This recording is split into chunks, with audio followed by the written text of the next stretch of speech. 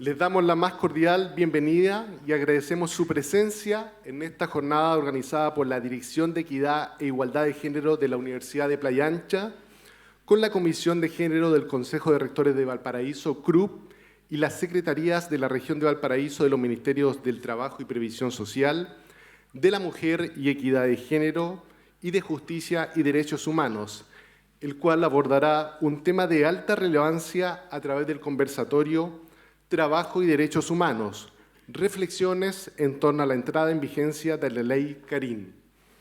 Saludamos con particular atención a las autoridades que nos acompañan esta mañana. Señora Daniela Marci Muñoz, Presidenta del Tribunal Constitucional.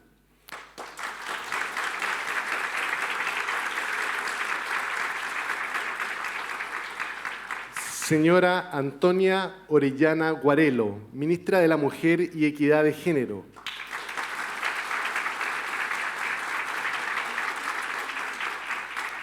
Señor Giorgio Bocardo Bossoni, Subsecretario del Trabajo.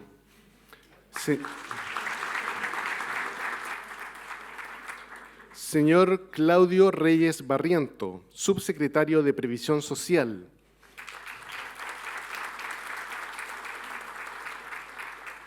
Señora Sofía González Cortés, Delegada Presidencial de la Región de Valparaíso.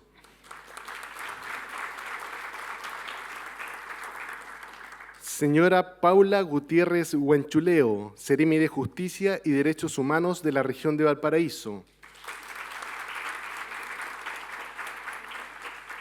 Señor Miguel Toledo Alegría, Seremi del Trabajo y Previsión Social de la Región de Valparaíso. Señora Camila Lazo Molina, Seremi de Mujer y Equidad de Género de la Región de Valparaíso. Señor Javier Esnaloa Vidal, Seremi de las Culturas, las Artes y el Patrimonio de la Región de Valparaíso. Señora Karen Mejía Zapablaza, expositora y encargada de género del Ministerio del Trabajo y Previsión Social.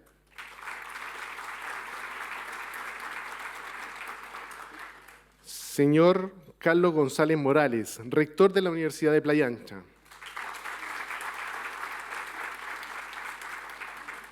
Señor Juan Pablo Alarcón Quinteros, director de FOSIS de la Región de Valparaíso. Señor Cristian Corvalán Rivera, prorector de la Universidad del Paraíso. Señora Francisca Gatica Muñoz, directora de Gestión y Desarrollo de Personas de la Universidad Técnico Federico Santa María. Directores y representantes de Gendarmería de Chile.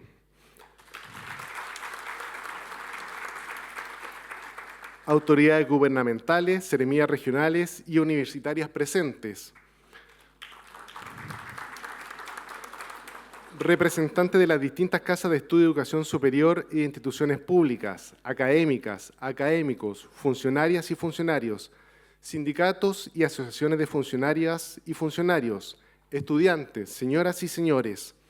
La ley número 21.643 modifica el Código del Trabajo, el Estatuto Administrativo, la Ley de Bases de la Administración y la Ley de Municipalidades en materia de prevención, investigación y sanción del acoso laboral, sexual y violencia en el trabajo.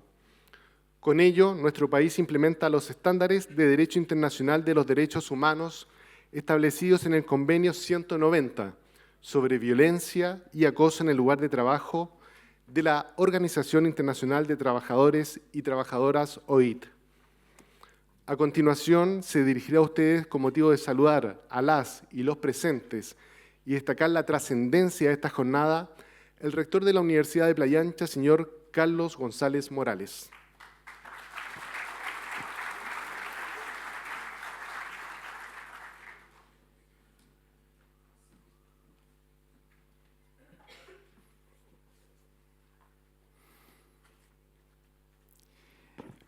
Muy buenos días a todas y todos.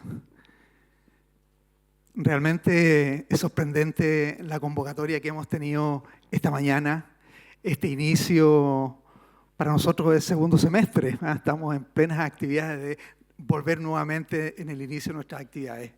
Me sumo a los saludos de todas las autoridades que nos acompañan en nuestra aula magna. Bienvenidos a este espacio universitario de una institución pública, una institución regional, una institución acreditada, pero sobre todo una universidad que está abierta a la comunidad, abierta a toda la comunidad universitaria, pero también a todas las componentes que nos acompañan periódicamente en nuestro quehacer, las familias que nos acogen cuando nos envían a sus jóvenes para seguir una formación profesional, a nuestros vecinos con quienes tenemos una colaboración permanente en vinculación con el medio, a las distintas instituciones que nos abren las puertas para poder desarrollar nuestros procesos de investigación, para desarrollar procesos de capacitación, procesos de inducción, procesos de participación ciudadana, en las cuales periódicamente nos vemos involucrados. Bienvenidos a compartir un espacio de debate, un espacio en el cual ponemos en perspectiva distintas situaciones que nos pone de manifiesto la vía pública, que hoy día nos converge en una discusión tremendamente relevante, muy positiva y con una mirada de asegurar espacios de trabajo y entornos laborales seguros, en donde el bienestar y el desarrollo de un objetivo común es el que nos debiera motivar en el seguir y en el desarrollo de nuestras condiciones laborales. Bienvenidos a discutir y a abrir nuestras capacidades y poner todo nuestro intelecto a poder mejorar estas condiciones de no solamente ser definidas a través de un protocolo, sino que más bien hacerlas carne en el sentido de poder cada uno de nosotros en distintos puntos, en distintos niveles de toma de decisiones o de responsabilidades de gestión administrativa, tener la capacidad de desarrollarnos en un diálogo abierto, en un diálogo respetuoso, en un diálogo crecedor que nos permita lograr los objetivos que cada una de sus unidades se define. Un conversatorio tiene esas características. No es una clase magistral, no es algo de tipo de arriba hacia abajo, un tipo vertical, muy por el contrario. Un conversatorio tiene esa calidez de tener un desarrollo horizontal, en donde se ponen de manifiesto distintas perspectivas dependiendo del espacio que a uno le corresponda, dependiendo de la posición de especialización que tiene que desarrollar o bien dependiendo del rol de gestión que a cada uno nos corresponde. Cada uno de nosotros conocemos cuáles son los fundamentos de la Ley Karim.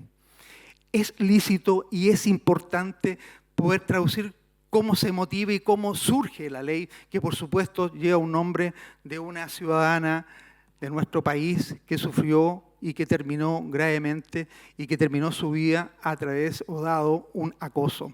Pero ahí no está el fundamento. Eso es lo que impulsó y apalancó para que esta ley tomara vida lo antes posible. Pero esto tiene que ver claramente con un convenio que firmó nuestro país en la OIT, el convenio 90, en el cual nos comprometemos a definir espacios laborales seguros, entornos de trabajo respetuoso, entornos de trabajo en que cada uno de nosotros y nosotras aporta al desarrollo de las actividades. Por lo tanto, esta ley lo que hace es fortalecer justamente ese principio y ese acuerdo que fue firmado y en el cual nuestra institución, por supuesto, da vida. Hoy día nos vamos a encontrar en una discusión que tiene que ver con proteger la dignidad y el respeto de las y los trabajadores. La dignidad es el reconocer a cada uno sus diferencias y en esas diferencias encontrar los caminos comunes para el aporte del desarrollo de nuestras tareas. Prevenir y sancionar el acoso laboral y sexual. En este último, las universidades del Estado ha definido ya una institucionalidad. Tenemos protocolos claramente establecidos, definidos y regulados que permiten justamente esto. Ha sido complejo, pero sin embargo, al momento de ir caminando, ir avanzando, se van depurando, los protocolos se van mejorando y se va ganando más conocimiento justamente para poder tener entornos de reconocimiento a la diversidad de sexo genérica, pero por sobre todo libres de violencia sexual. Y hoy día vamos con el acoso laboral, en donde estamos definiendo un nuevo protocolo, el cual por supuesto tiene que engancharse con el anterior y tenemos que definir nuevas estructuras, nuevas formas, nuevos especialistas que justamente nos ayuden a poder resolver esta problemática que en este último tiempo, diría, nos ha avanzado más fuertemente y que nos está impactando y que nos pone en momentos de crisis en nuestros espacios laborales. Tal vez la pandemia tuvo muchas virtudes, pero tal vez la que nos complicó fue el alejarnos de nuestros espacios laborales y luego el retorno fue muy complejo porque como que nada pasó en ese tiempo y nos encontramos que hay exigencias, hay roces, hay relaciones que no se establecieron adecuadamente, hay nuevos equipos de trabajo, por lo tanto allí no hemos trabajado en lo que corresponde para poder manejar adecuadamente y establecer un nivel de comunicación mucho más positiva. Establecer procedimientos para la investigación y sanción de casos de acoso, fortalecer el rol de la dirección del trabajo en la prevención y sanción de acosos laborales. La situación allí es un tanto más compleja porque hay distintos reglamentos, hay distintos formatos, está el estatuto administrativo, está la ley del trabajo, entonces cómo se acopla bajo un mismo protocolo o cuáles son las instancias que tenemos. Las empresas privadas tendrán el trabajador la posibilidad de ir directamente al órgano que lo gestiona o bien en la misma institución si es que tiene la fortaleza como para poder hacerlo. En el caso de las universidades tenemos nosotros que generar esos entornos. Tenemos los especialistas, están los abogados, están los fiscales, está la fiscalía especializada que justamente van a ayudar a poder dimensionar adecuadamente el trabajo con este nuevo instrumento. Promover una cultura de respeto y tolerancia en el lugar de trabajo. Eso es sustantivo y que viene con algunas prácticas que son muy antiguas y que tienen que ver con la sencilla práctica de llegar a su lugar de trabajo, saludarnos gentilmente, preguntar cómo estamos, llegas después de una semana o después de vacaciones, ¿cómo estuvo eso? Favorecer un espacio de diálogo, reconocernos como seres humanos, que somos distintos, que tenemos problemas, pero tenemos mucho que aportar.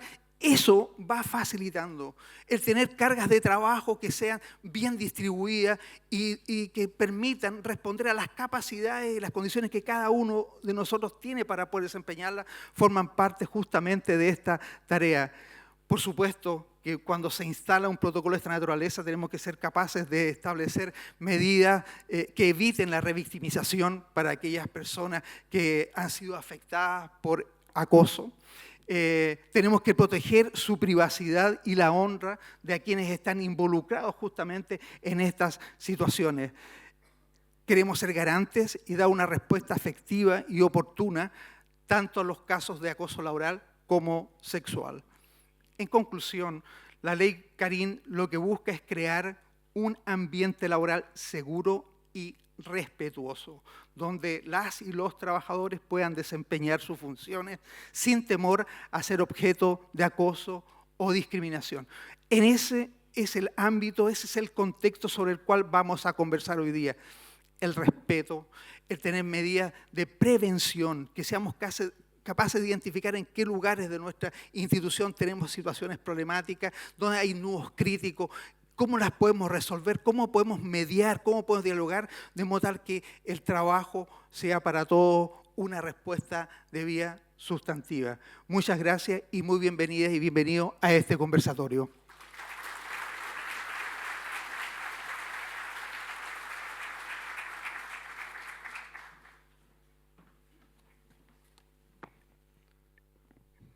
Agradecemos las palabras del rector de la Universidad de Playa Ancha, señor Carlos González Morales. Para referirse a la entrada en vigencia de esta nueva normativa, damos la palabra al subsecretario de Previsión Social, señor Claudio Reyes Barrientos.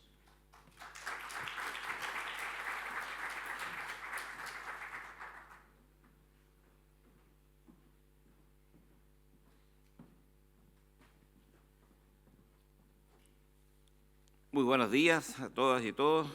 Quiero saludar en primer lugar al dueño de casa, el rector de la Universidad de Playa Ancha, don Carlos González, a la ministra de la Mujer y Equidad de Género, Antonio Orellana, también a la presidenta del Tribunal Constitucional, Daniela Marci, y a todas las autoridades de la región que están aquí presentes.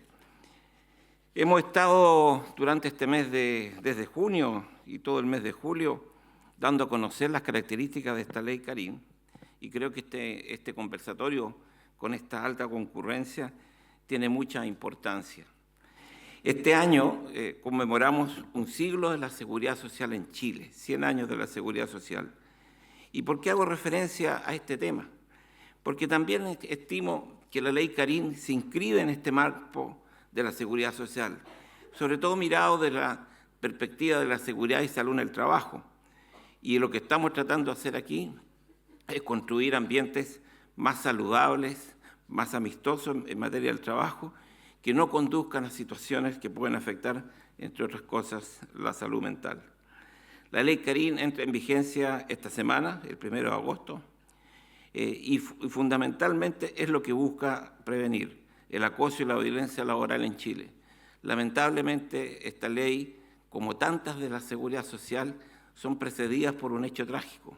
La seguridad social está plagada en estos 100 años de historias donde han habido matanzas, donde han habido situaciones muy conflictivas para los trabajadores y trabajadoras. Este caso, lamentablemente, no es una excepción. Esta ley tiene foco fundamentalmente en la prevención, aunque de alguna manera algunos han pretendido exacerbar el tema de la sanción, pero lo más importante es la prevención del acoso sexual, el acoso laboral, que son materias que la ley ya ha considerado desde hace varios años, pero se agrega una nueva dimensión, la violencia en el trabajo y particularmente la violencia que pueden ser ejercidas por terceros, y en este caso en un establecimiento educacional eso es un tema que está presente. Es una ley que tiene obligaciones para los empleadores del sector privado y los jefes de servicio del sector público, incluyendo las Fuerzas Armadas. Es una ley que, como digo, impulsa las tareas preventivas y no incorpora sanciones penales, como en algunos casos se ha pretendido establecer. Quiero también recalcar que es una ley que establece obligaciones para las mutualidades, las que administran la ley de accidentes del trabajo y enfermedades profesionales, que están obligadas a prestar la asistencia técnica para que se modifiquen los reglamentos y se establezcan los protocolos que dan lugar a esta prevención en materia de acoso sexual, acoso laboral y violencia en el trabajo.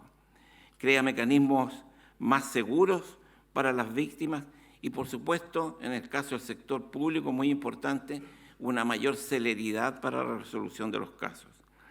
Yo creo, he visto, y en las conversaciones que hemos sostenido, particularmente de algunos empresarios pequeños y medianos, la expresión de que la ley Karim les da miedo. Yo creo que es importante tener en cuenta que la ley Karim no es una amenaza, sino por el contrario, es una oportunidad. El conversar sobre los protocolos, los cambios, los reglamentos, es una oportunidad a través del diálogo ir generando este cambio cultural dentro de la comunidad laboral. Es un diálogo en el cual deben incorporarse los trabajadores y trabajadoras y sus organizaciones, los sindicatos, las asociaciones de funcionarios, los comités paritarios, los consejos de la sociedad civil. No es una tarea fácil, sin duda.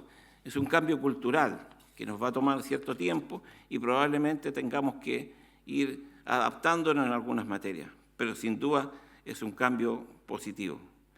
Yo quiero mencionar que desde el Ministerio del Trabajo, durante estos 2 años y un poco más de gobierno, se han dictaminado 22 cuerpos legales que apuntan a cumplir el objetivo que se ha trazado en el programa de gobierno del presidente Boric, el de tener un trabajo digno y decente, sano y seguro.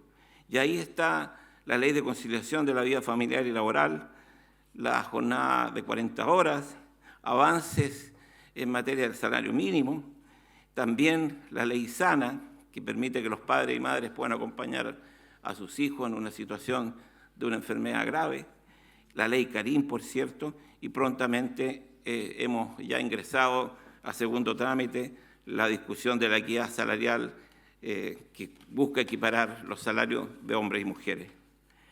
Hemos estado, como digo, difundiendo el alcance de la ley Karim en todo el país.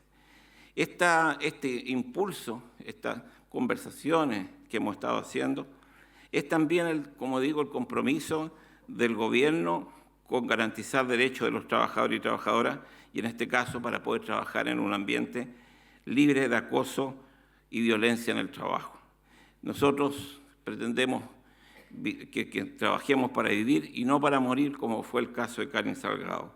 Y por lo tanto, los quiero invitar a hacer de esta jornada un diálogo provechoso que nos permita seguir construyendo un mejor país para todos y todos los chilenos. Muchas gracias.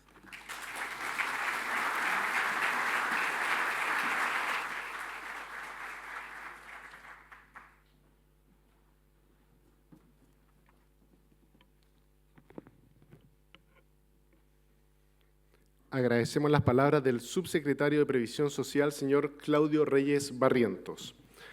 A continuación, daremos inicio al conversatorio sobre los alcances de la Ley 21.643 sobre acoso laboral, sexual y violencia en el trabajo, en el que participará la ministra de la Mujer y Equidad de Género, señora Antonia Orellana Guarelo, junto a la presidenta del Tribunal Constitucional, señora Daniela Marci Muñoz, y la encargada de Género del Ministerio del Trabajo y Previsión Social, señora Karen Mejías Apablaza.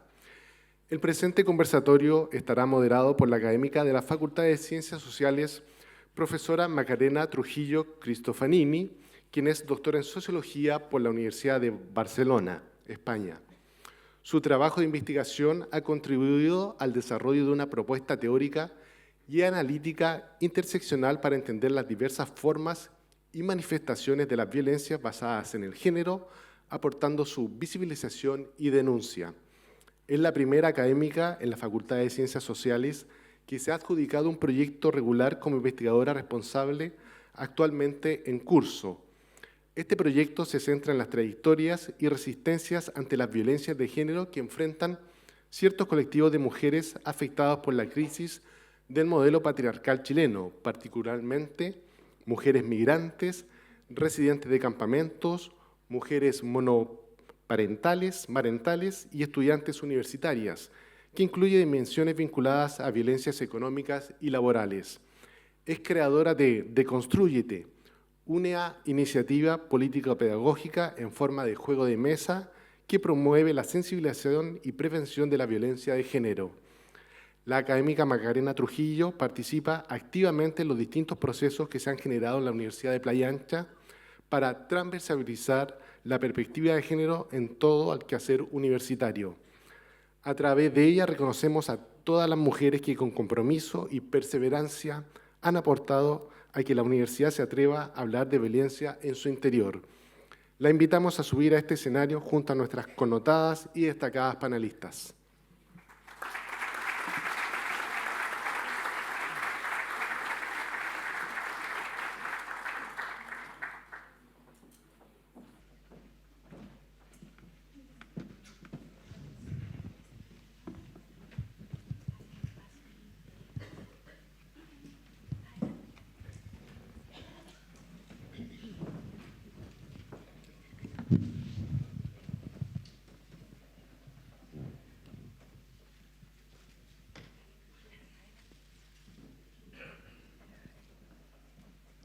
Buenos días a todos y todas. Agradecemos su participación en esta jornada. También agradecer, por supuesto, a nuestras invitadas, a quienes voy a presentar. Tenemos la presencia de Daniela Marci Muñoz. Ella es presidenta del Tribunal Constitucional. Además, es abogada de la Universidad de Valparaíso, magíster en Derecho del Trabajo de la Universidad de Bolonia y doctora en Derecho de la Universidad Autónoma de Madrid. Tiene una trayectoria académica y laboral destacada por su compromiso con la justicia y la perspectiva de género. Muchas gracias, Daniela. También contamos con la presencia de Antonia Orellana Guarelo, ministra de la Mujer y de la Equidad de Género. Es periodista especializada en gestión de medios de la Universidad de Chile. Ha dedicado parte importante de su carrera profesional a apoyar el desarrollo y la difusión de diferentes organizaciones sociales y políticas del país, destacando su compromiso con el movimiento feminista tanto en Chile como en América Latina. Muchas gracias por estar el día de hoy. Y también contamos con la presencia de Karen Mejías Apablaza, encargada de Género del Ministerio del Trabajo y Previsión Social. Es trabajadora social de la Universidad Andrés Bello, magíster en Políticas Públicas de la Universidad Diego Portales y diplomada en Mujer y Políticas Públicas Globales. Su labor se enfoca en la implementación de políticas y medidas que promueven la equidad de género en el ámbito laboral. Muchas gracias a las tres por estar el día de hoy con nosotras. Bueno, contarles entonces que la dinámica de este espacio es la siguiente. Hemos organizado un conversatorio donde vamos a realizar preguntas, ¿no es cierto?, a nuestras panelistas, preguntas que han estado previamente señaladas por los y las asistentes del día de hoy.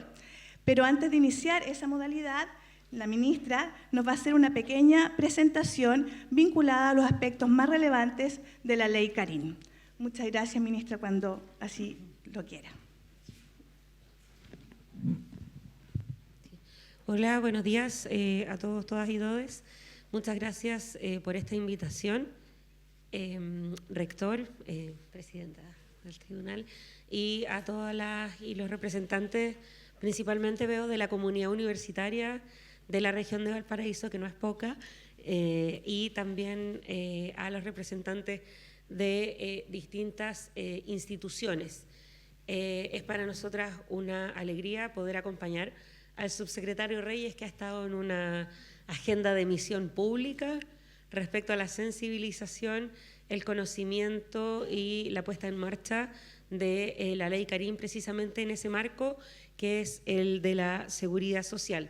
Y la presentación que traemos hoy día como ministerio busca enmarcarlo, además de digamos, la historia de los 100 años de la seguridad social en nuestro país, también en el marco interpretativo respecto a la erradicación de las violencias, que es uno de los mandatos institucionales que tenemos como Ministerio de la Mujer, tanto por las leyes chilenas como también por el marco del derecho internacional. Y en ese sentido, quisiera partir señalando una historia que no es tan conocida, quizás por Macarena sí, y quienes trabajan en ese ámbito, pero que tiene que ver con cómo se fue modificando la percepción, la conversación y la legislación local y regional e internacional respecto a la violencia contra las mujeres. ¿Por qué? Porque tenemos varios instrumentos, tenemos la Convención Americana de Derechos Humanos, el Pacto Internacional de Derechos Económicos, Sociales y Culturales de Naciones Unidas, la Convención CEDAW, ¿cierto?, para la eliminación de todas las formas de violencia contra la mujer, y también nuestra convención insigne de la región americana, que es la Convención Interamericana para prevenir, sancionar y erradicar la violencia contra las mujeres, ratificada por Chile en 1996. Esto es más o menos lo que podríamos decir la arquitectura legal con la cual hoy nosotras consideramos la violencia contra las mujeres no como un asunto particular, ni un asunto que requiere la existencia de dos personas, una víctima y un agresor, para que ocurra. ¿Por qué? Porque en 1992, precisamente la CEDAW, que de estos instrumentos es uno de los más antiguos, viene ya de los años 70, y bueno, recién este año tenemos por primera vez a una mujer chilena integrando su comité, que es la abogada Patsily Toledo, fue electa por una amplia mayoría de países, señaló como recomendación a los estados que la violencia contra la mujer es una forma de discriminación y que esta violencia inhibe gravemente la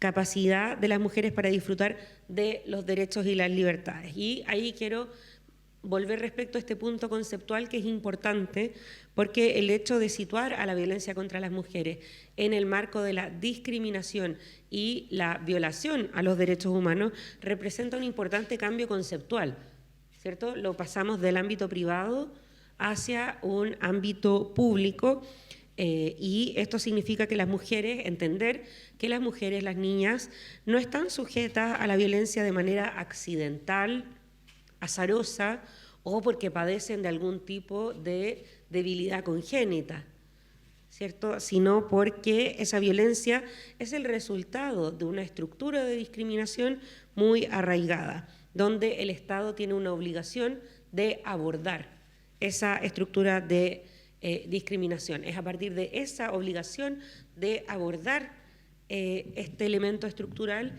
en que, por ejemplo, nace, en primer lugar, para las que se acuerden, las primeras oficinas de información de los derechos de las mujeres, de información porque no había persecución penal de la violencia contra las mujeres en los años 90, luego el CERNAM y luego el Ministerio de la Mujer y Equidad de Género, así como la arquitectura institucional intersectorial que permite que tengan, por ejemplo, el resto de las unidades del Estado, y las universidades públicas regionales no son la excepción, ¿cierto?, encargadas de género, que son parte de esta red.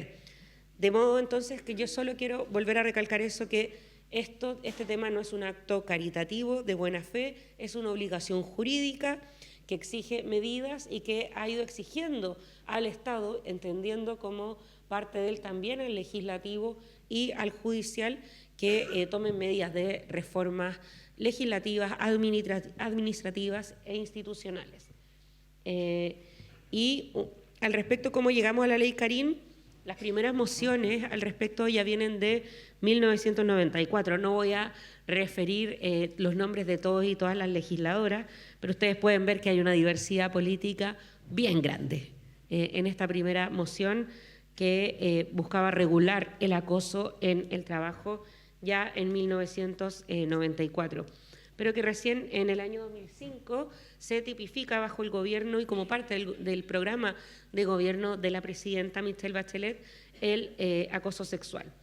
En 2012, producto también del mismo avance de esa primera norma del 2005, se sanciona el acoso laboral y también se incorpora en el estatuto administrativo, estableciendo la obligación para los organismos del Estado de dictar sus propios protocolos, más conocidos como los MALS, ¿cierto?, los protocolos respecto al maltrato, al abuso, el acoso laboral y sexual.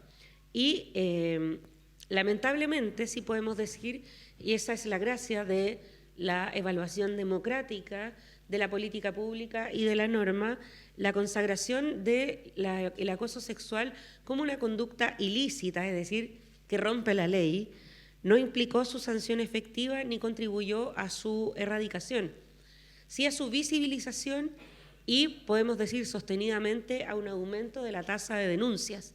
También si se ve, respecto a las estadísticas laborales, un aumento de la disposición de los compañeros y compañeras de trabajo a poder denunciar.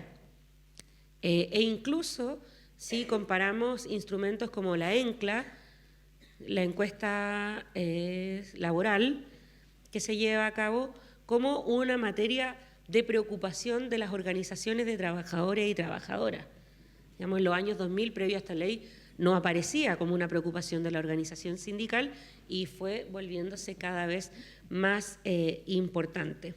Los principales, entonces, factores que ahí se atribuyen, los vamos a ver más adelante, pero nos llevó a que el año 2019 falleciera Karin Salgado. Y yo, perdón la nota personal, pero estaba encargada de gremios, organizaciones, sociedad civil y un grupo muy amplio de expresiones de interés de la sociedad organizada en la campaña del presidente Gabriel Boric, y recibimos entre ellos a la hermana de Karin, a Claudia Salgado, que es una de las principales promotoras de esta ley desde la sociedad civil. Y por lo tanto, para mí un gesto un acto de satisfacción el estar hoy día apoyando en su efectiva implementación más allá de los miedos que andan rondando.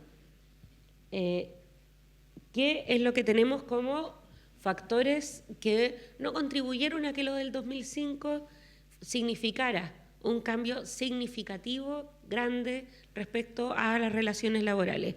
En primer lugar, la falta de publicidad y educación sobre la ley.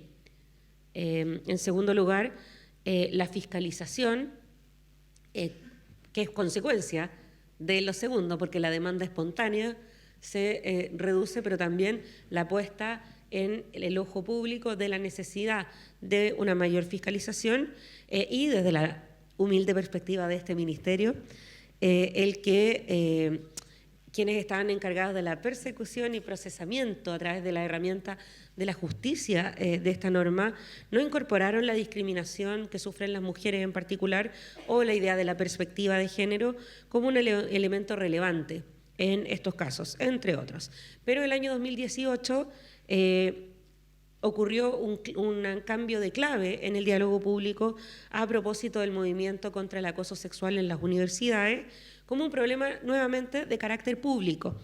En ese sentido es que nos permite avanzar pasos que quizás el año 2005 no eran compartidos por el conjunto de los actores políticos, ¿cierto? Porque una cosa es que un gobierno tenga disposición, otra cosa es que haya acogida y capacidad de impulsar dentro de todo el sistema político esa disposición.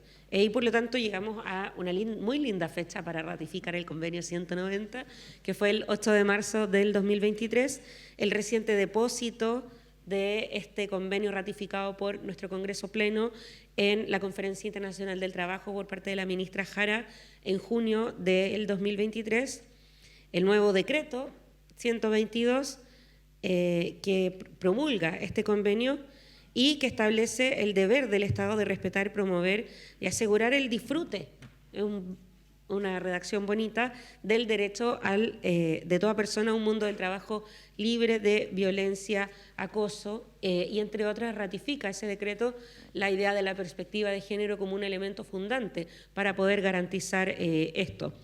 Y por lo tanto, y ya para cerrar, esto ya medio que lo dije, que es como hemos ido avanzando en democracia respecto a este punto. ¿Cuáles son los principales avances que observamos? En el artículo 2, respecto a las relaciones laborales, que deberán siempre fundarse en un trato libre de violencia.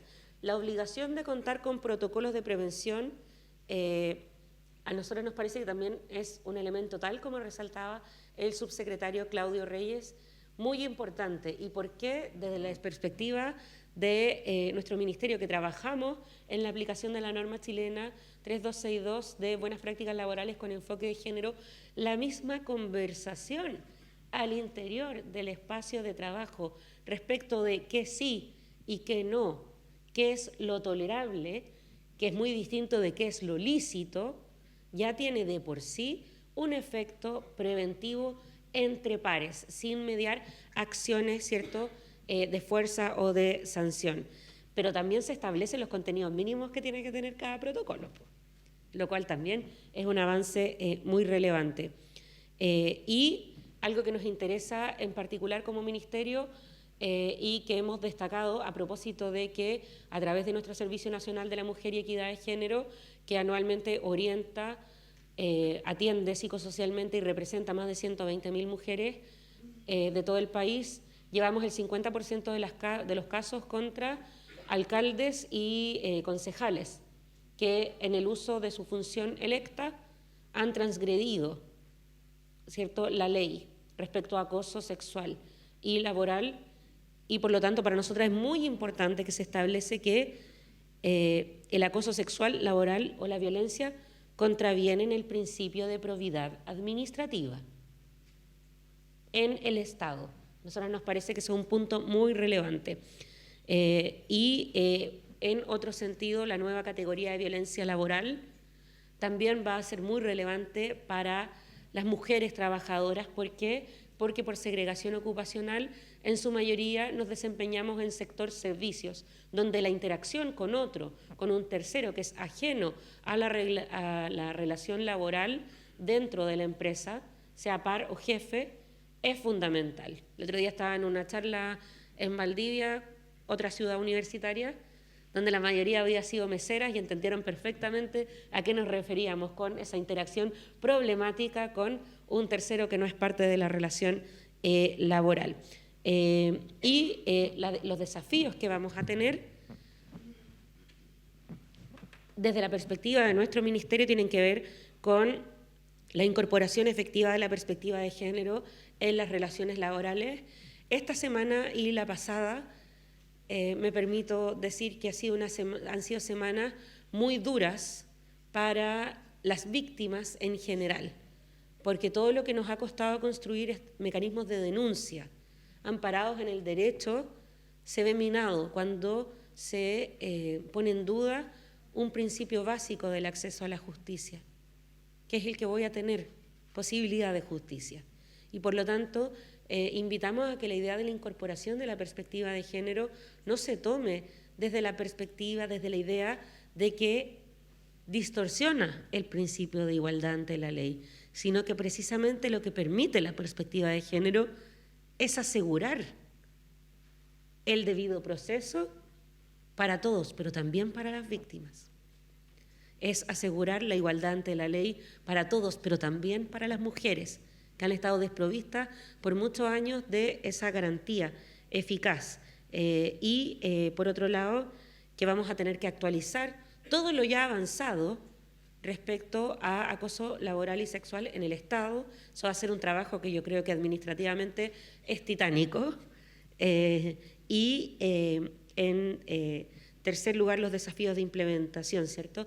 Y el rol interpretativo que van a tener en forma muy importante tanto la Dirección del Trabajo, para el caso de los trabajadores afectos al Código del Trabajo, como también para la Contraloría General de la República para el caso del sector público. Perdón si me alargué, pero quería enmarcarlo desde también la perspectiva de nuestro ministerio, que tiene una tarea un poco específica en todo este cuadro que es la seguridad social y que tiene su marco en el Ministerio del Trabajo y la Justicia Laboral, pero también ahora un nuevo desafío que es el de interpretar e integrar esta norma con nuestra recientemente publicada Ley Integral y vigente, Ley Integral contra la Violencia hacia las Mujeres, luego de 7 años de tramitación, que desde un principio trabajamos para que fuera coincidente en sus definiciones de la violencia en el trabajo con la perspectiva del convenio 190 de la OIT. Muchas gracias.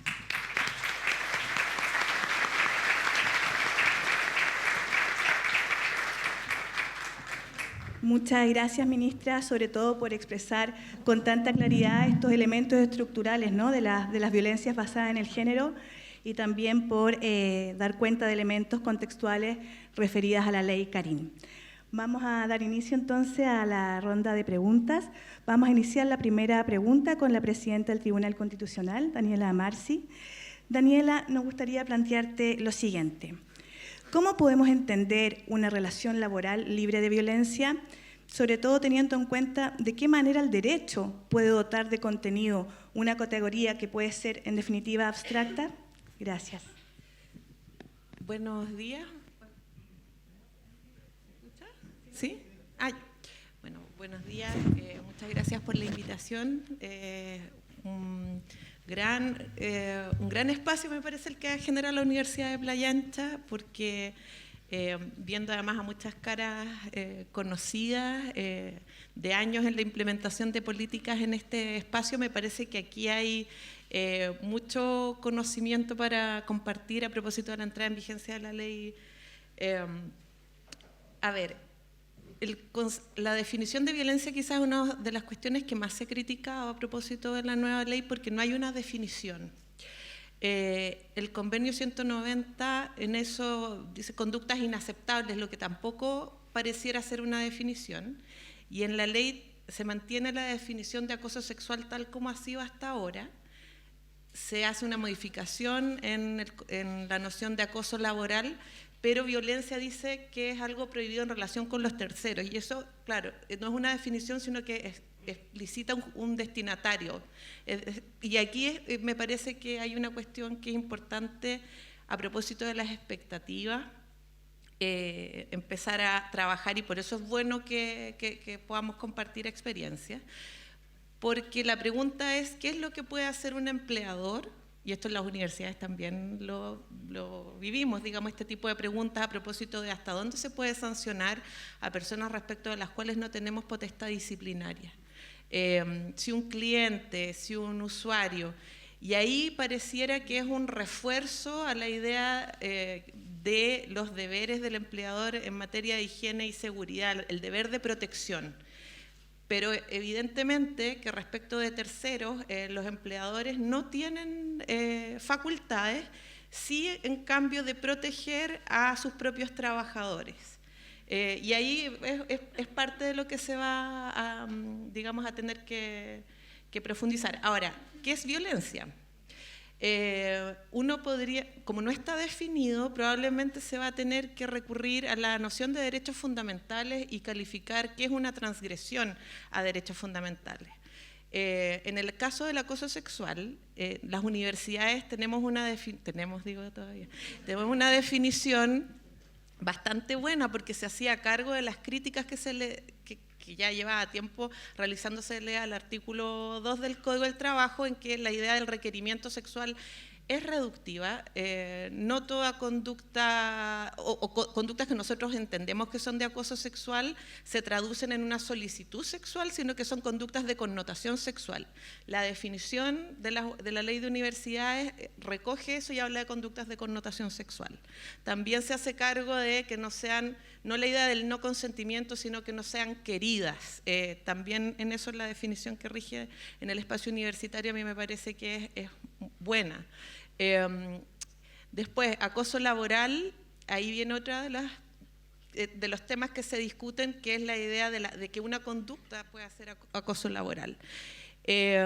Y me parece que esto va también a propósito de las expectativas. Es muy improbable que el sistema, tanto de la Dirección del Trabajo como de los tribunales, vaya a renunciar a la idea de la gravedad de la conducta. Por más que la ley no lo diga, no solo porque es imposible que el sistema pueda absorber toda la conflictividad de un espacio laboral. Entonces, cuando pensemos en violencia, yo pienso que el eje es la idea de la vulneración, que no se pueden vulnerar derechos fundamentales y en consecuencia las conductas tienen que tener cierta gravedad. Y esa gravedad no está dada solo por la reiteración, sino que por cuestiones que se analizan caso a caso. Por eso, y esto es lo último para no alargarme más, a mí me parece que no hay que hacer esto, o quizás no es bueno cuando se hacen estos listados de conductas que de antemano están prohibidas o no, porque cada caso una conducta que puede parecer muy banal puede ser grave, pero dependiendo del caso. Y eso también es algo que en los tribunales es algo que se analiza casi todos los días. Muchas gracias, Daniela, también por dar cuenta de estos desafíos, ¿no? Relativos a la implementación de la Ley Carin y cómo nos haremos a cargo precisamente de estos desafíos. Vamos a seguir entonces con la ronda de preguntas. Vamos a seguir con la ministra. Y nos gustaría consultar en relación con la implementación de la Ley Carin a nivel de política pública. ¿Cuáles serían las recomendaciones prioritarias para incorporar la perspectiva de género, aunque ya nos dio algunas luces anteriormente, pero para integrar esta perspectiva entonces y también de derechos humanos en el marco de la Ley Carin? Muchas gracias. Muchas gracias, Macarena. Voy a ser muy breve porque ya me extendí suficiente. Pueden tomar el excelente curso del Ministerio de la Mujer y Equidad de Género y de su División de Estudios y Capacitación disponible en formato asincrónico. No, pero aprovecho de pasar el dato, sí, este año ya triplicamos la capacitación del año pasado y también en un trabajo ocupando las herramientas que tenemos como el Fondo de Transversalización de Género. Género es una palabra últimamente mala, así que nos cambiaron el nombre del fondo, ahora se llama Fondo Igualdad en el Congreso, pero a través de ese fondo instalamos una plataforma de capacitación para todo el Estado y eso incluye también a las universidades y a otras instituciones que tienen un estatus especial de autonomía a través del servicio civil. Entonces, en el servicio civil está disponible el programa Prevenir. El plan Prevenir tiene 7 cursos de formación, parte desde los elementos más básicos de la perspectiva de género y, digamos, de la igualdad de género en el Estado como principio de probidad administrativa y buen servicio, hacia también el 7º curso, que es el de planificación a mediano y largo plazo de políticas públicas con perspectiva de género. El año pasado fueron 32.000 personas las capacitadas Para poner el punto de comparación, el promedio anual siempre desde nuestro noble división de estudios era de 4.500, 5.000, así que dimos un salto importante y esperamos este año llegar a las 100.000, a propósito de todo lo que hay que ponerse al día. En esos nuevos contenidos está incorporada la ley Karin y también estamos trabajando lo propio, en especial para el sector municipal, que no es nuestro punto de referencia hoy, pero yo diría que uno de los puntos donde hay más necesidad de interpretación y capacidad de fiscalización a través de la Academia Subdere. Aparte de eso, yo creo que hay suficientes experiencias dentro de la propia comunidad universitaria a propósito de la ley de acoso sexual, como bien decía la presidenta del Tribunal Constitucional, respecto a al menos aprendizajes, respecto a la implementación, aprendizajes que deben ser recogidos para esta nueva etapa, digamos que contiene un rango normativo mucho más amplio como la ley Karin. Muchas gracias, sobre todo ahí de expresar la importancia de formarnos en perspectiva de género, porque no solo se trata de nuevas normativas, ¿no?, sino también de la transformación de las subjetividades que han permitido que se reproduzcan también muchas de estas desigualdades. Así que muchas gracias. Seguimos entonces con la encargada de género del Ministerio de Trabajo y Previsión, Karen Mejías. Muchas gracias nuevamente. Y contarte que en el contexto de este encuentro surgieron diversas inquietudes respecto a medidas cautelares y o de resguardo en relación al marco de la ley Karin. Y nos gustaría consultarte con respecto a esto. ¿Estas medidas son nuevas? ¿A qué se refieren particularmente? Y además, ¿cómo deberían operar? Gracias. Buenos días a todos y todas. Bueno, primero es importante mencionar que las medidas de resguardo ya se encontraban incorporadas en los procedimientos previos a la ley Karin. Lo que nosotros hacemos es reforzar aquellas, más es importante considerar que la ley no identifica ni obliga a contar con medidas particulares, las ejemplifica para tener un marco de referencia. Las medidas de resguardo son medidas que buscan cautelar la integridad física y psíquica de las personas en el procedimiento de denuncia. ¿Cómo aplican? Cuando un empleador recibe una denuncia, de forma inmediata debe generar medidas de resguardo para, como decía, evitar que las personas denunciantes sean víctimas, por ejemplo, de revictimización o que se vea afectada su salud mental. Así también dentro de las medidas de resguardo también se cuenta con un nuevo plan que es de cargo de los organismos administradores de la ley 16.744 y el ISL, que son los planes de atención psicológica temprana.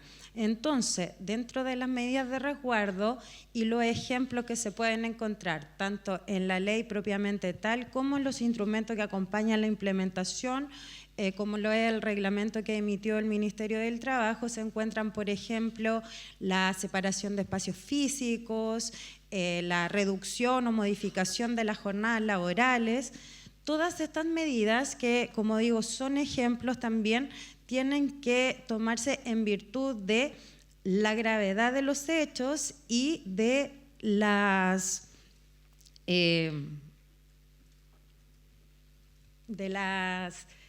necesidades y particulares del cargo de la institución. Por tanto, por eso es importante, y vuelvo a insistir, son ejemplos, más no todo va a ser adaptable para todos los casos de denuncia. Por eso es importante identificar la gravedad de los hechos y cuáles son nuestras condiciones de la institucionalidad y del espacio laboral donde se presenta la denuncia para, en virtud de aquello, tomar las medidas de resguardo. Muchas gracias por aclararnos estas nociones y también saber cómo van a operar. Vamos a seguir entonces con la segunda ronda de preguntas. Vamos a proseguir con Daniela. Daniela, nos gustaría abordar una dimensión más bien técnica de la ley. ¿Es compatible la ley Karin con el sumario administrativo como procedimiento de resolución de conflictos asociados a acoso laboral? Gracias. sí, porque la ley de universidades, la del 2021, ya establecía los derechos de acceso a las piezas de la investigación, que es algo que se incorpora ahora como regla general con la nueva ley. De manera que en las cuestiones principales, yo diría que las universidades están muy avanzadas, quizás, y en el fondo es más bien un tema, a ver, la ley de universidades tiene una norma que señala que es preferente a las normas del estatuto, y el estatuto ha sido reformado de manera que uno podría decir, nos quedamos con la ley de universidades, probablemente va a haber que analizar y ahí en el detalle ver qué cosas podrían faltar, pero a mí me parece que es muy completa la política universitaria. Por eso voy a insistir pero en la idea de que esto debiera ser muy bien evaluado, o sea, en el sentido de tener cifras a propósito de la experiencia de las universidades. Porque muchas veces nosotros tenemos percepciones de lo que ha sido, si ha sido exitoso o no, y no me resisto a decir esto, pero como estás tú, que en el 2018 tú tenías una investigación que nos señalaba a las entonces directoras de género que más allá del gran debate público y el movimiento que estaba acompañado en las universidades en relación con el género y el feminismo, las relaciones entre nuestros estudiantes universitarios eran altamente posesivas.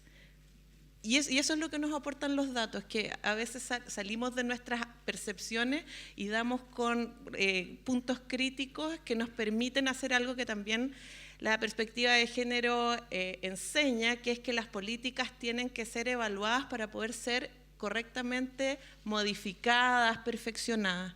Entonces, yo diría que acá hay algo que debe hacerse para que el espacio universitario entregue ese conocimiento sin olvidar que en las universidades hay vanguardia, es un espacio donde se genera conocimiento, tenemos a las organizaciones estudiantiles que son muy críticas, no es cualquier lugar de trabajo, pero sí me parece que es una experiencia que ya tiene unos años en el tema preventivo y sancionatorio, como para dar luces para lo que se puede hacer en el futuro.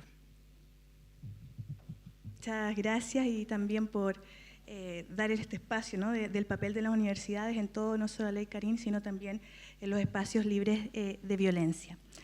Vamos a seguir ahora con la ministra Antonia Orellana y quisiéramos abordar el siguiente punto que consideramos de suma relevancia en el país, tanto a nivel legal, pero también vinculada a la perspectiva de género. Tal como había señalado anteriormente, de manera reciente se han establecido diversas leyes que abordan temas similares, ¿no? Vinculados a la perspectiva de género y también de derechos humanos.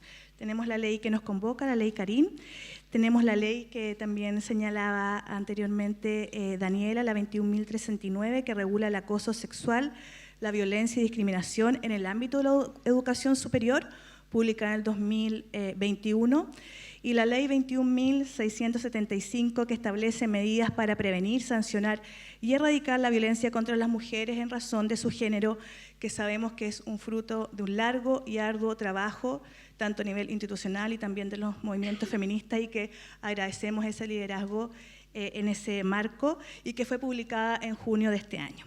Entonces, en estos lineamientos, ¿no? Nos gustaría consultar cómo interactúan en definitiva estas leyes, algo nos habías comentado anteriormente, pero cuál es su vinculación y qué relación van a tener en la práctica. Muchas gracias. Bueno, efectivamente tenemos bastante actividad de cambio normativo. Le pido disculpas a los profesores de la Escuela de Derecho.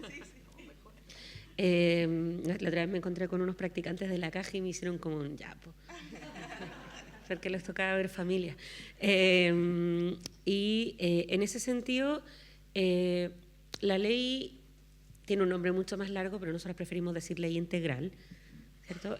La ley integral fue considerada tanto desde la urgencia en los organismos internacionales a Chile para cumplir con la Convención de Belém do Pará y establecer un marco normativo comprensivo con H respecto a la violencia contra las mujeres como también desde el primer proyecto y su articulado que fue ingresado por la primera ministra, una vez convertido en ministerio, antes era el estatuto de directora, el CERNAMEC, la ministra Claudia Pascual, hoy senadora, y un impulso fundamental para poder haberla sacado del Congreso después de 7 años, aprovecho de reconocer,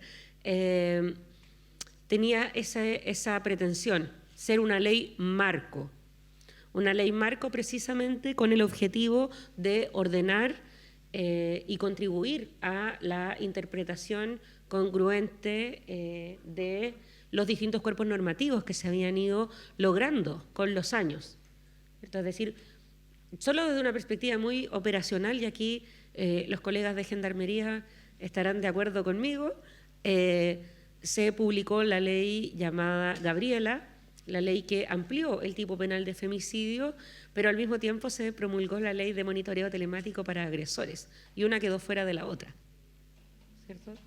Por ejemplo, eso es una dimensión súper práctica, no estoy ni siquiera entrando a las interpretaciones normativas y cómo se van orientando y cómo se van generando precedentes o vías de interpretación. Solo desde una forma operativa teníamos entonces lagunas entre distintas normativas, porque al igual que en el caso de la seguridad social, lamentablemente en cuanto a la violencia contra las mujeres normalmente tenemos hechos detonantes de nueva legislación bastante trágico en su mayoría.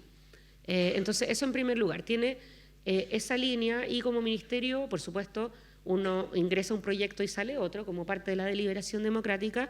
Nuestra pretensión siempre fue que fuera una ley marco que no entrara en la materia de nuevos tipos penales. Por ejemplo, se introdujeron de todas formas nuevos tipos penales, como el de violencia digital, el agravante de violencia gineco-obstétrica, y otras que están ahí en desarrollo. Pero en el fondo, ¿cómo logramos hacer esto de manera de que sean un cuerpo consentido, y más allá de la pureza, perdón si digo una barbaridad jurídica, pero más allá de la pureza de la adaptación normativa, que sea una norma eficaz en el sentido de que se cumpla, pero que cumpla también sus deberes preventivos, que uno de los fuertes también, al igual que de la ley Karin, la ley integral depende mucho, y ya lo sabemos con varias experiencias de normas de este tipo, del énfasis en acompañar a las instituciones en hacerla cumplir.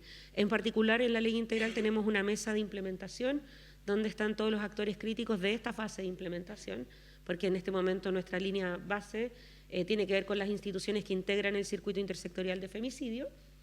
Luego vamos a entrar en las nuevas vigencias de norma, pero es por eso también que buscamos una definición más genérica de la violencia en el trabajo en la ley integral, que nos remitiera a los principios del convenio 190 y que por lo tanto facilitara a los organismos competentes para la interpretación, tanto la Dirección del Trabajo como también la Contraloría General de la República, una, digamos, acción armoniosa en la implementación.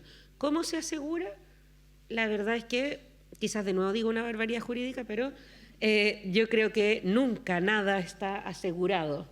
Y en particular en lo que refiere a la aplicación de normas, en especial normas que tienen un sentido de transformación cultural, pasan varios años antes de que se afirme, de que se ajuste una interpretación.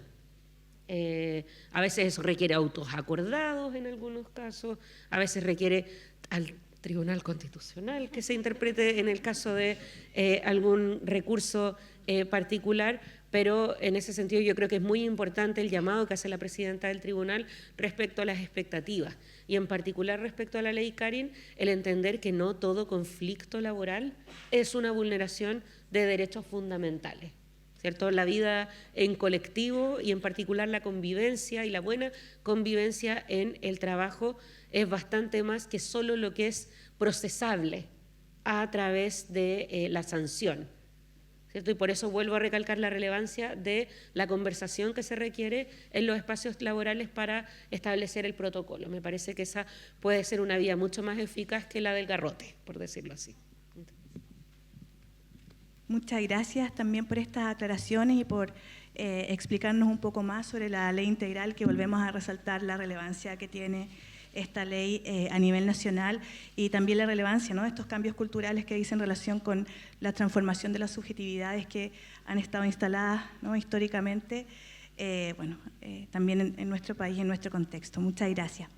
Seguimos entonces con Karen Mejías. Karen, se planteó la siguiente pregunta en relación particularmente al ámbito público. ¿Cómo se abordarán las sanciones de responsabilidad de acoso laboral hacia funcionarios o el funcionariado del sector público? ¿Qué nos podrías comentar con respecto a esto? Muchas gracias. Primero, es importante mencionar que el Ministerio del Trabajo tiene facultad con el sector privado y que la Contraloría General de la República hace muy poco emitió un documento que interpreta la ley Karen y cómo debe aplicarse en el sector público.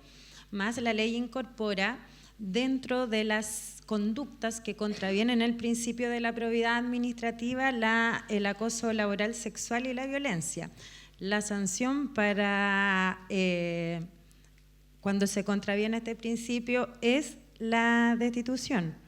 Más, es importante siempre mencionar que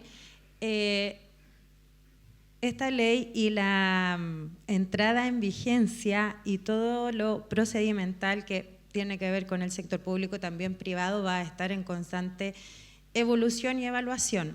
Cuando nosotros incorporamos la violencia y el acoso dentro del principio que contraviene la probidad, lo hacemos para que estas conductas tengan la relevancia necesaria y que es importante a la hora de mirar cómo realizamos la función pública. Con esto quiero decir, y el llamado es que, si bien este punto en particular ha generado bastante controversia respecto a, puesto que como se modifica el concepto de acoso laboral, que puede ser por única vez, nos han dicho en distintos espacios que, en ejemplificaciones, que cómo podemos poner en el mismo nivel un fraude al fisco que la violencia y el acoso. Es importante con esta incorporación no relativizar el impacto de la violencia y el acoso en las personas, porque daña la integridad física y la dignidad. Entonces, eso es importante también a propósito de tener claridad de las sanciones, porque en la práctica, si bien el estatuto administrativo establece claramente cuáles son las sanciones para estos procesos sumariales, habían sanciones para la creatividad de quien las aplicara, desde disculpas públicas y otras que no estaban dentro del marco de lo normativo. Por tanto, esa es la modificación que establece la ley, facultad también de aplicación de Contraloría y que también lo interpretó en el instrumento que hace poco publicó. Gracias. Muchas gracias también por esa respuesta. Bueno, vamos a ir dando por finalizado este espacio, pero antes de eso queríamos pedirles una suerte de consejo o reflexión, ¿no? Vinculado a cuáles serían vuestras sugerencias para quienes trabajamos con perspectiva de género y derechos humanos en las universidades, específicamente en lo que respecta a la implementación de la ley Karen, pero también a las otras normativas citadas. Sé que nos han ido comentando, pero ahí un consejo final siempre nos viene bien a todos y todas. No sé si es un consejo, pero a propósito de lo que hemos conversado hoy día, me parece que es muy importante que las personas que se dedican a la investigación en temas de género compartan los debates que existen en el propio feminismo sobre estas materias. Porque pareciera un poco crítico o aguafiestas decir es que esto no puede renunciar a cierta gravedad en las conductas porque si no el sistema simplemente materialmente no puede, pero la pregunta es ¿debería poder? Y hay parte del feminismo que también ha dicho esto se crea para vulneraciones a la autonomía sexual de las mujeres y no debiera transformarse en un tutelaje de todas nuestras interacciones. Y esto el derecho del trabajo lo sabe muy bien e hizo una especie de renuncia a ciertas premisas, que es que cuando los procedimientos disciplinarios se intensifican, lo que aumenta es el poder de la autoridad en las empresas, en el trabajo, porque eso es el procedimiento disciplinario, y si yo puedo entrar a las distintas interacciones, es un poder que debe mirarse con cuidado. Por eso es que me parece que el debate de los feminismos respecto a qué es lo que queremos proteger es importante, y el espacio universitario es donde mejor se pueden dar esas discusiones y entregárselas a la comunidad también.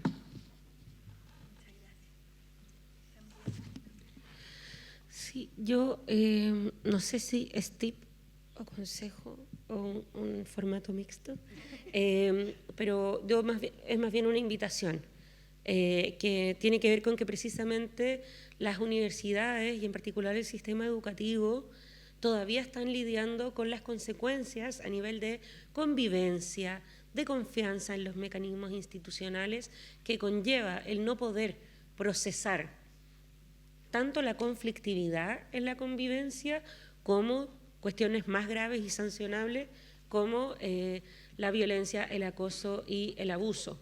Lo digo personalmente porque, porque trabajamos con el Ministerio de Educación, tuvimos las jornadas de educación no sexista, vimos, por ejemplo, cómo eso en las escuelas y en los niveles, digamos, más jóvenes del sistema educativo todavía es un problema de convivencia. Y por lo tanto yo más bien quiero invitar a que pongamos mucho empeño y apliquemos los aprendizajes de este proceso que se ha vivido desde el año 2021 a propósito de la ley de acoso en las universidades, para poder tener una aplicación que precisamente refuerce el sentido de la existencia de mecanismos institucionales de denuncia y sanción de la violencia.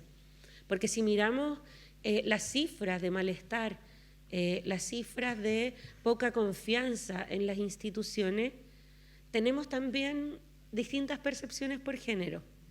Y en particular, yo creo que hay un vínculo entre la desafección con el acceso a la justicia, con también la experiencia que ya han vivido varias generaciones de mujeres y niñas que hemos crecido con la confianza en que tenemos igualdad ante la ley, pero en que la experiencia cotidiana nos muestra otra cosa.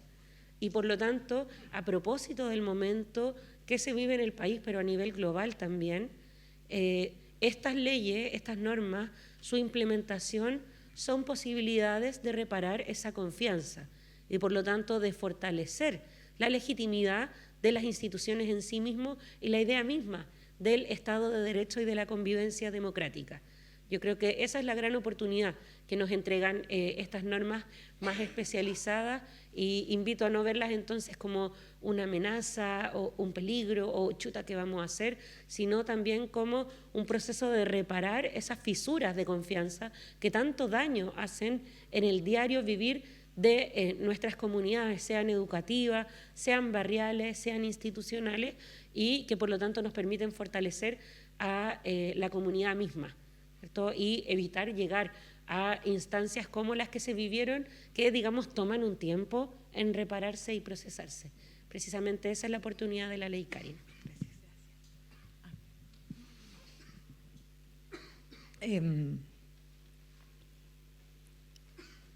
La ministra lo mencionó, Ley Karin es el primer instrumento normativo que viene a generar un piso para la implementación de un convenio que es mucho mayor y mucho más amplio.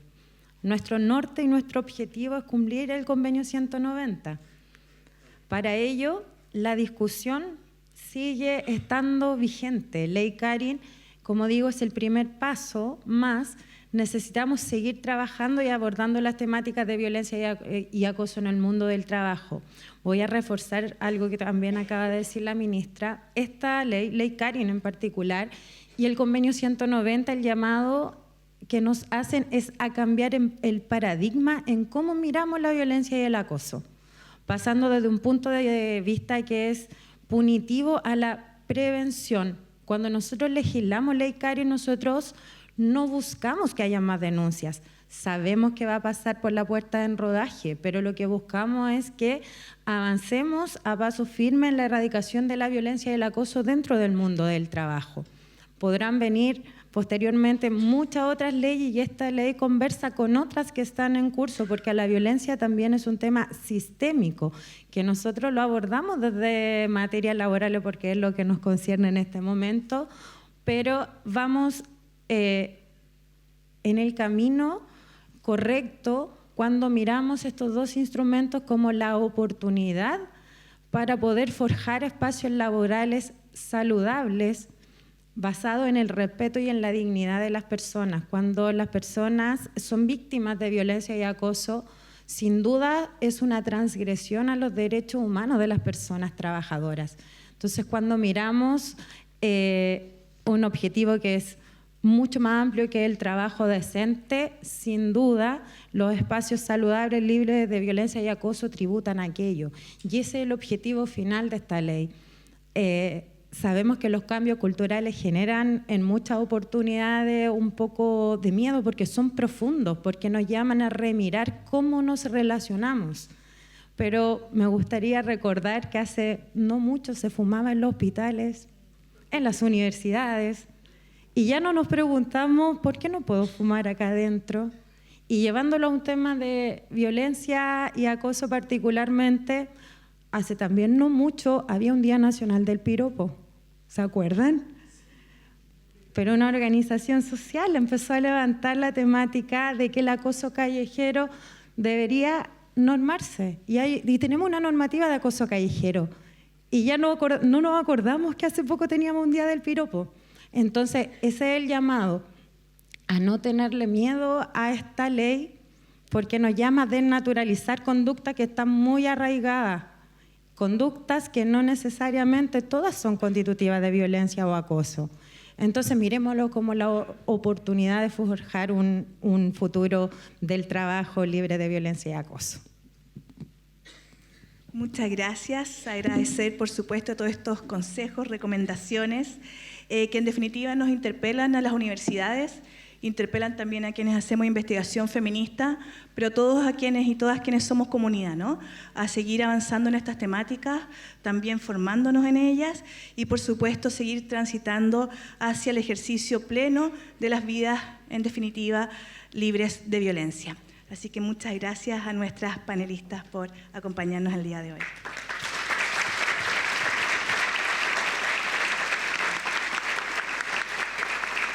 Bien, para finalizar, quien también ha querido dirigirse a las y los presentes en esta jornada es la representante de la Comisión de Equidad de Género del Consejo de Rectores de la región de Valparaíso y directora de la Dirección de Igualdad y Diversidad de la Universidad de Valparaíso, la doctora Karin Berlín Arauz.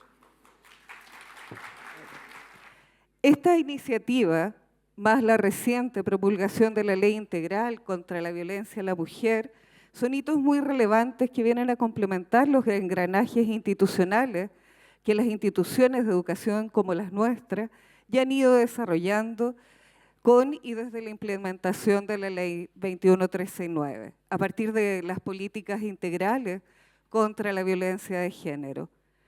Todo reflejo del esfuerzo colectivo, ya que los procesos de creación de las políticas hemos participado ampliamente como comunidades, como también participaremos en aquellas acciones que devienen y que se desarrollarán con la implementación de esta nueva ley, que requieren, además de las voluntades de las comunidades, sobre todo el compromiso de sus autoridades.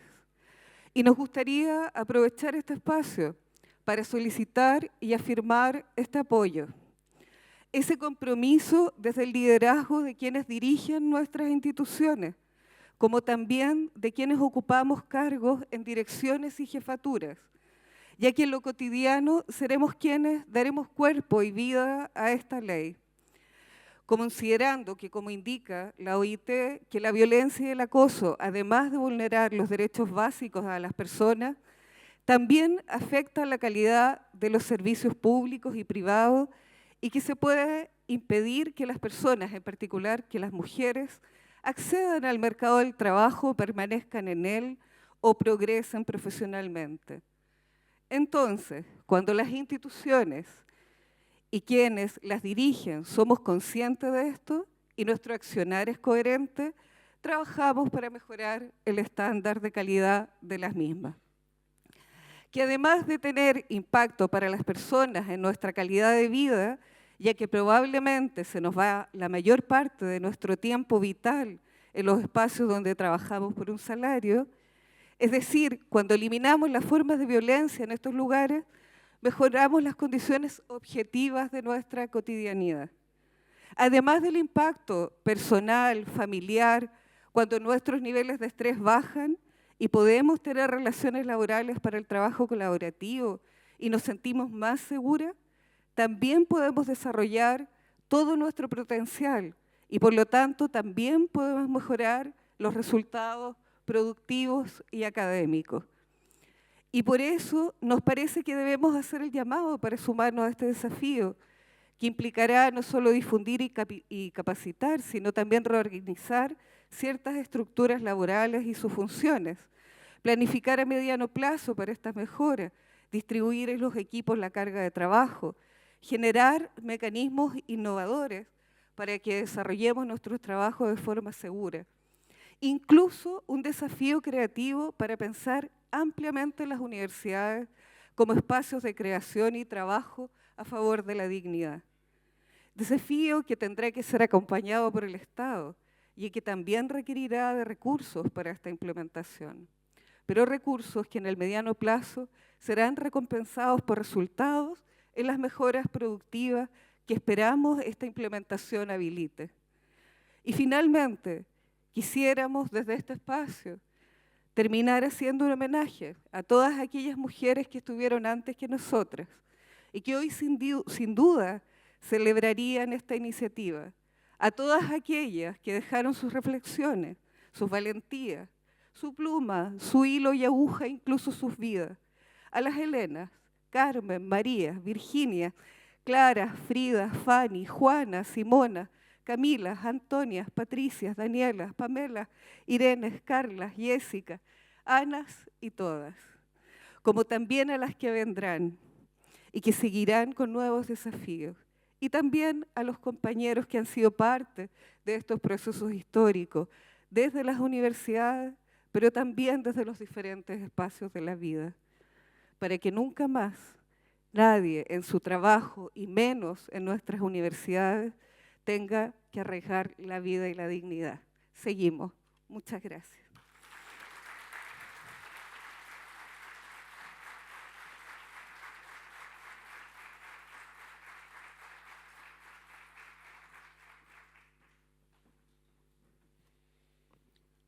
Agradecemos las palabras de la académica Karim Berlín Arauz. De esta manera, y agradeciendo la participación de todas y todos ustedes, concluimos esta jornada sobre trabajo y derechos humanos, reflexiones en torno a la entrada en vigencia de la Ley Karim, dejándolos cordialmente invitados e invitadas a participar de futuras jornadas de aprendizaje y capacitación. Muy buenos días y muchas gracias.